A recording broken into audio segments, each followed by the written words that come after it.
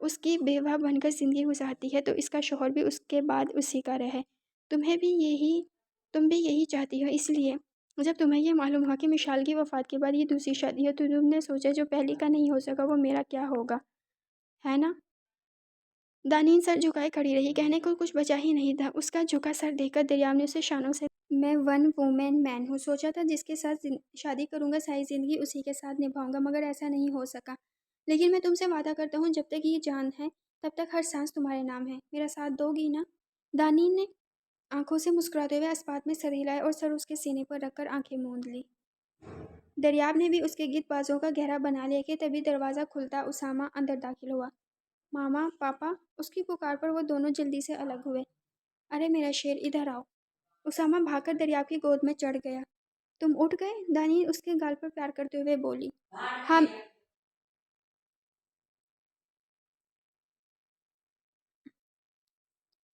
تم اٹھ گئے؟ دانین اس کے گال پر پیار کرتے ہوئے بولی۔ ہاں، میں آج پاپا کے ساتھ سوؤں گا۔ لیکن میرے پاس اس سے بھی اچھا آئیڈیا ہے، کیوں نہ ہم تینوں ساتھ سو جائیں؟ دریاب نے دانین کو آنکھ ماری تو وہ چھنک گئی۔ پھر تو بہت مزہ آئے گا، آج اسامہ، ماما اور پاپا تینوں ساتھ سوئیں گے۔ اسامہ خوش ہوتا ہوا دریاب کی گود سے اتر کر بیڈ پر جا کر لیٹ گیا۔ دونوں اس کو دیکھ کر ہنس دیے۔ تینوں کی خواہش تکمیل تک پہنچی تھی۔ اسامہ کو اس کے ماں باپ مل گئے تھے، دانین کو پیار کرنے والا شوہر جو رنگ سے نہیں اسے پیار کرتا تھا، صرف اس کا تھا، اور دریاب کو اس کو سمجھنے والا، اس کا دکھ درد میں شامل ہو کر قدم پر قدم ملانے والا ہمسفر مل گیا تھا۔ ایک ایسا دیار من جہاں ان کی خواہشات کو پورا کر دیا گیا تھا۔ The end.